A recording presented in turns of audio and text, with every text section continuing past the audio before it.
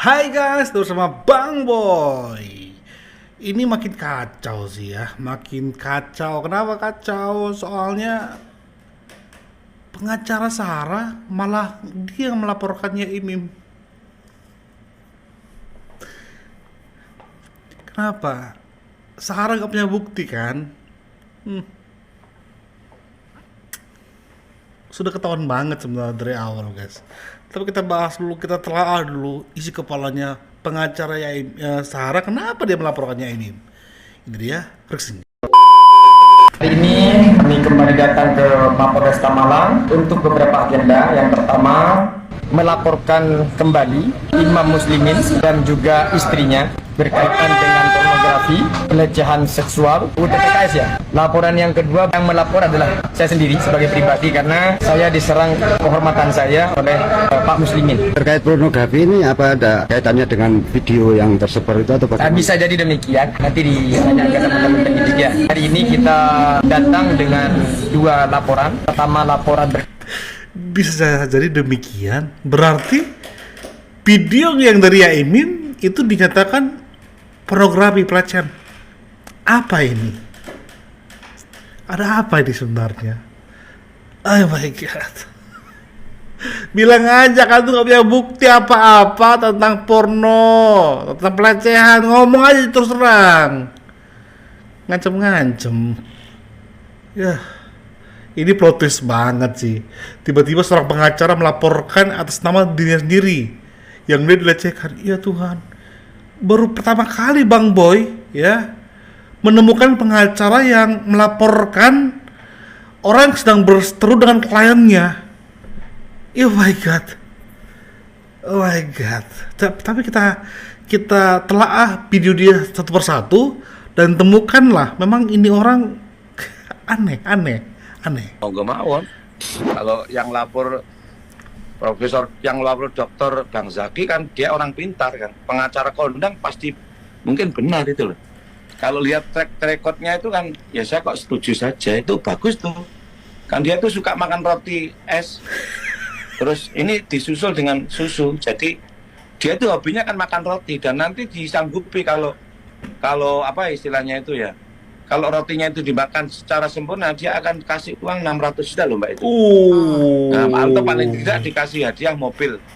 Tapi bukan mobil bodong loh ya. Mobil, apa istilahnya itu, karena ada itu mobil itu yang bodong itu STNK-nya palsu, terus BPKB-nya nggak ada. Itu kan ada. Pantas kemarin ngomongnya, Mas, dikunci. Oh my god, mau muntah Bang Boy. Mas, bukain, Mas, gendong, dugong digendong. Oke. Dan ini menimbulkan reaksi masyarakat, guys. Berita terbaru dari pengacaranya Suhara, guys. Lucu ya. Pengacara Suhara itu ya tidak fokus untuk mendampingi Suhara, malah dia melaporkan Yaimin, guys. Ya, melaporkan Yaimin karena dia pernah nama baiknya dicemarkan gitu gayanya. Lucu kan? Jadi ini juga lapor ke Yaimin masalah pornografi. Kok aku malah slot bingung aku karo pengacaranya Suhara gitu. Wes. Kok mas aku ki dia ini pengacara apa sebagai korban sih? Ora fokus neng Suhara malah iki ketok-ketok malah panik kok gawe ukara-ukara macam-macam ketok-ketok wis meh kalah iki. Ya. Panik wis to. Menurut Bang Boy juga sama. Kayaknya mereka melaporkan, tapi penyidik kayak bingung. Buktinya mana? Bapak melaporkan, ada bukti nggak? Menurut feeling Bang Boy seperti arahnya ke sana, ya. Bang Boy menganggap bahwasanya ini langkah bingung atau desakan dari kliennya untuk ya kalau memang saya nggak bisa melaporkan Yaimin, Mas aja yang melaporkan. So, dugaan Bang Boy ada arahnya ke sana, ada perintah dari klien. Dalam sejarahnya, mau pengacara berdebat sama musuh kliennya, mau sedemikian rupa. Nggak pernah pengacara melaporkan musuh kliennya atas nama pribadi. Nggak pernah. Ada beberapa case memang, tapi ketika dia tahu bahwa kliennya dia nggak bisa menang melawan ini, jadi dialihkan. Oh my god. Ngapain coba pengacaranya Sahara malah ikut-ikutan melaporkan Yaimin dan juga istrinya? Melapor adalah saya sendiri sebagai pribadi karena saya diserang kehormatan saya, Pak Muslimin. Jadi ceritanya, hari ini nih, si Zaki Chong, pengacaranya Sahara, kembali mendatangi Mapolresta Kota Malang. Kali ini dia datang bukan untuk mendampingi kliennya si Sahara, melainkan untuk melaporkan Yaimin dan juga istrinya atas kasus penyerangan kehormatan kepada dirinya yang diduga dilakukan oleh Yaimin dan juga istrinya. Melapor adalah saya sendiri sebagai pribadi karena saya diserang kehormatan saya oleh Pak Muslimin terhadap pribadi saya. Jadi saya sendiri yang melaporkan, tidak sebagai pengacara ya, tapi sebagai pribadi terhadap saudara Muslimin. Jujur gue agak bingung ya, coba buat kalian yang ngikutin kasus ini nih dari awal, kalian tahu nggak emangnya Yaimin dan istrinya ini ngelakuin apa sama dia? Sampai-sampai pengacaranya si Sahara ini merasa kalau kehormatannya itu diserang oleh Yaimin dan juga istrinya. Selain itu, si Zaki Chong ini juga melaporkan Yaimin dan juga istrinya dengan tuduhan pornografi. Loh, gimana sih maksudnya? Hari ini kita datang dengan dua laporan. Pertama, laporan berkaitan dengan pornografi, lain dari Mbak Zara ya, laporan baru dengan orang baru. Maksud gue tuh gini loh, dia itu kan pengacaranya Sahara ya, seharusnya dia itu fokus aja mendampingi kliennya. Udah bela aja klien lu, jangan malah ikut-ikutan melaporkan lawan dari klien lu. Jatuhnya tuh jadi kayak lucu sekaligus juga maksa, sehingga publik menangkap kesan kalau kubunya Sahara dan juga pengacaranya ini kayak orang panik, seperti orang yang sudah terpojok nggak tahu harus ngapain, jadi melakukan tindakan-tindakan yang kesannya tuh kayak maksa, kesannya kayak kita laporin balik, kita laporin lagi kayak gitu. Sementara itu informasi terbaru yang gue dapat, Sahara katanya sekarang psikisnya lagi terguncang guys. Gue nggak tahu alasan kenapa psikisnya Sahara saat ini terguncang, apa karena pelecehannya atau karena saat ini posisinya sudah tersudutkan. Abangku, mantap sekali narasimu. Padat, jelas, wah, kena semuanya. Ternyata betul ya, berarti 3 laporan guys. Pelecehan yang dialami Sahara, yang kedua pornografi, yang ketiga pengacara yang melaporkannya Imin. Oh my god, 3 laporan. Kenapa? Tumpul ya senjatamu ya? Tumpul ya? Tumpul. Bentar lagi nangis lah kau Sahara, dipanggil lah kau bentar lagi. Ya, bentar lagi ada video pengakuan suamimu, pengakuan tetanggamu, siapa-siapa yang membakar sajadah. Itu baru membakar loh. Belum yang video-video membuktikan bahwa kalian tuh persekusi ke Yaimin sama istrinya. Habis lah kalian. Jadi sekali lagi silahkan netizen bebas mempersepsikan apa saja tentang diri saya, namun perlu diketahui jangan sampai apa ya bahasanya itu ya menyampaikan ujaran kebencian, karena nanti itu akan berdampak terhadap siapapun yang memberikan ujaran-ujaran kebencian. Silahkan berargumentasi bebas, karena di negeri ini kebebasan berpendapat itu dilindungi, dan bahkan saya siap memperjuangkan kebebasan berpendapat kalian dalam sistem berdemokrasi di negeri ini. Kebetulan seseorang yang mengaku dirinya tokoh agama kebetulan menjadi lawan kami dalam kasus ini, juga menyerang pribadi saya dengan umpatan yang menurut hemat saya tidak patut dan tidak layak disampaikan oleh seorang tokoh agama.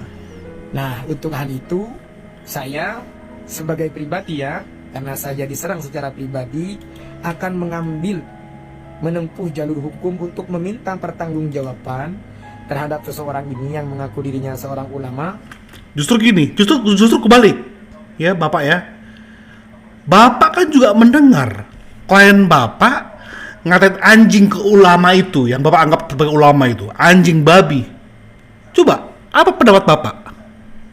Apa pendapatmu? Kau belakan dia kan? Jangan sok-sok. Karena seorang ulama mengatakan kata-kata. Coba, kata-kata apa yang disebutkan kau? Sebutkan.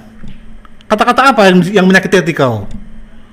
Sementara klien itu udah jelas mengatakan babi, anjing, semua kata-kata binatang keluar untuk yang kau anggap ulama itu, dan kau diam saja kan, nggak menegur mungkin klien itu, tiba-tiba buat video prank victim. Yeah my god, pengacara prank victim. Pengacara itu beracara di pengadilan, di kepolisian. Jangan buat video kayak prank victim. Cukup lama saya tidak bikin VT karena kesibukan ya. Ini barusan saya lihat TikTok saya coba lihat DM-nya banyak sekali. Ada yang menghina, mencemooh, menghujat, dan tidak sedikit juga yang memberikan support bahwa langkah yang saya ambil ini bisa dipertanggungjawabkan secara hukum maupun moral. Ya seperti inilah kehidupan, bahwa setiap langkah pasti ada resiko dan tidak semua langkah itu bisa menyenangkan semua pihak. Saya mengambil langkah untuk tetap membersamai Zahara dan suaminya, dan saya bisa mempertanggungjawabkan karena ya pekerjaan saya memang demikian. Saya bisa melihat dari bukti-bukti yang diberikan dan kami kumpulkan bahwa seseorang yang mengaku dirinya adalah tokoh agama, perbuatannya bisa dimintain pertanggungjawaban secara hukum. Wow. Tapi siapa-siapa tercengang dengan statement dia terakhir ini. Dengar. Pengacara kok ngomong gitu yang sampai bawah kenapa suku. kemudian Ibu Zahara berperilaku demikian. Makanya kan kami laporkan itu, pelecehan seksual itu, undang-undang TPKS. Gak apa-apa, nanti kita buktikan saja. Kita buktikan di pengadilan, itu aja. Jadi begini, saya sampaikan bahwa apa yang disampaikan senior saya tadi, bahwa kita akan fokus terhadap perilaku yang bisa menyebabkan akibat hukum. Benar. Akibat perilaku, apa yang ditunjukkan oleh Ibu Zahara tadi itu ada musababnya, ada kausalitasnya. Kausalitasnya itu sudah kita laporkan berkaitan dengan pelecehan seksual, undang-undang TPKS itu. Itu aja, nggak apa-apa, nanti kita tunggu saja nanti prosesnya. Apa yang disampaikan, makanya kan kemarin begini. Kemarin ketika saya laporan, itu kan saya memakai baju daerah. Itu sebenarnya pesan, karena prinsipalnya senior saya mengatakan bahwa ingin berperang dengan strategi Majapahit gitu. Cuman saya berkirim pesan bahwa di balik kedikdayaan Majapahit itu ada otak Madura, yaitu Arya Wiraraja. Nggak usah bahas. Begitu ya. Bahas suku kesana, nggak perlu. Bang Zaki, makasih ya. Ya. Langsung di-cut loh, ya. Seolah-olah Bang Bo juga nggak mau bahas itu deh, ya. Tapi itu apa? Statement apa itu? Ya Tuhan, ini orang, iya. Sepertinya beliau juga orang Madura sepertinya ya, sepertinya. Tapi nggak pantas ngucapin seperti itu. Lalu yang lain, seolah yang lain tuh jadi gimana? Yang suku-suku lain jadi seperti apa? Semua suku hebat, kita sepakat itu. Ya, semua suku nggak layak dilecehkan, nggak layak direndahkan. Kita semua sepakat. Tapi jangan sampai statement kita bahwa sukuku misalnya, sukuku Batak lebih hebat dibanding lainnya. Ya mungkin itu sebagai milik citra pribadi aja, maksudnya kita meyakini aja bahwa sukuku yang terbaik ini udah. Tapi ketika diucapkan kata-kata itu, seolah punya banyak andil dalam banyak hal, khususnya dalam hal kerjaan Majapahit, lu udah melenceng sih. Makasih ya banyak. Mampus. Ditutup kan? Karena udah melenceng kau. Langsung close. Langsung berhenti live-nya. Kacau nih orang. Kacau. Semoga Yaimin betul-betul gak usah damai-damai Pak Yaimin. Ini sebenarnya masih terbuka pintu damai menurut Bang Boy ya. Karena Yaimin kayaknya orangnya asalkan mau dirangkul dia kayak mau damai. Tapi dengan langkah-langkah seperti ini, ya udah gas. Thank you. Support terus Bang Boy. Bye bye.